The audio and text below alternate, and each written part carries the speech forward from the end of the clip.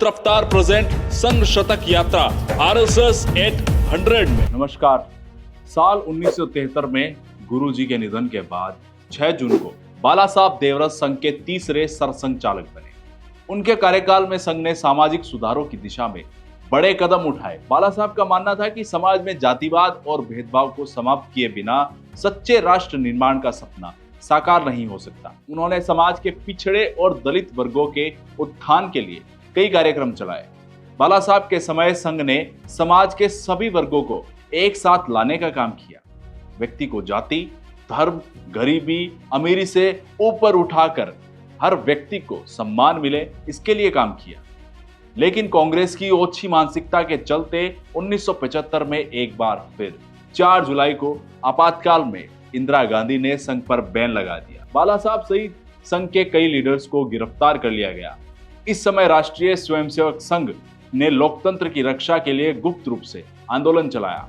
संघ के स्वयंसेवकों ने आपातकाल के दौरान लोकतंत्र की बहाली के लिए कठिन संघर्ष किया। इस समय संघ के कई नेताओं और कार्यकर्ताओं को जेल में डाल दिया गया, लेकिन उन्होंने अपने संघर्ष को जारी रखा। 1977 में भारतीय जनसंघ का नई बनी जनता पार्टी में विलय हो गया और चुनाव के बाद जनता पार्टी सत्ता में आ गई। 22 मार्च को सरकार ने संघ पर बैन हटा दिया। दिसंबर में आंध्र प्रदेश के तटीय इलाकों में चक्रवात आया, जिससे जान माल को भारी नुकसान हुआ। स्वयंसेवकों ने विपरीत परिस्थितियों में राहत कार्य किया। 2,40,000 कपड़े, 32,000 बर्तन जरूरतमंदों को बांटे। तभी राजेंद्र सिंह को सह कार्यवाह संयुक्त महासचिव के रूप में नामित किया गया। साल 1978 में दीनदयाल शोध संस्थान बनाया गया। इसी साल मध्य भारत प्रांत शिविर लगा, जिसमें 6,000 स्वयंसेवकों ने भाग लिया।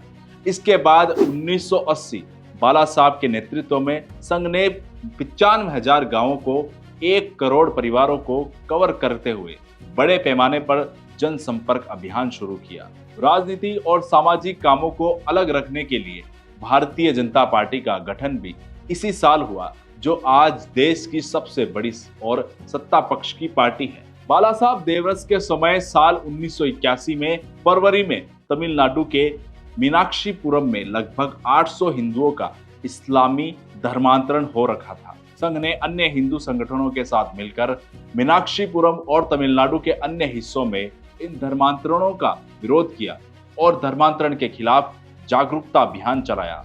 इसी के बाद संघ की एक और संगठन संस्कार भारती की स्थापना हुई।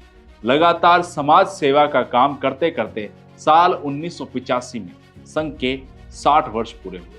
इस मौके पर कार्यक्रम आयोजित किया गया।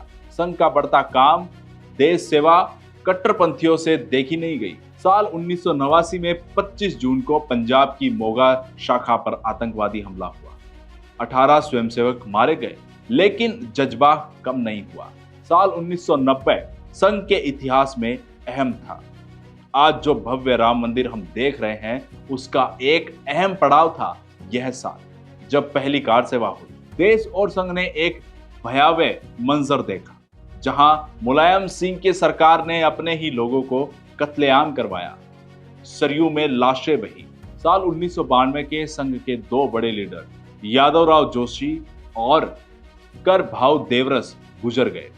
इसी साल फिर कार सेवा हुई और तथाकथित बाबरी ढांचा गिरा दिया गया। केंद्र की कांग्रेस सरकार ने एक बार फिर संघ पर बैन लगा दिया। 1993 में फिर से जांच कमेटी बैठी और संघ से बैन हटा। इसी दौरान पूर्व सैनिक सेवा परिषद का गठन भी हुआ।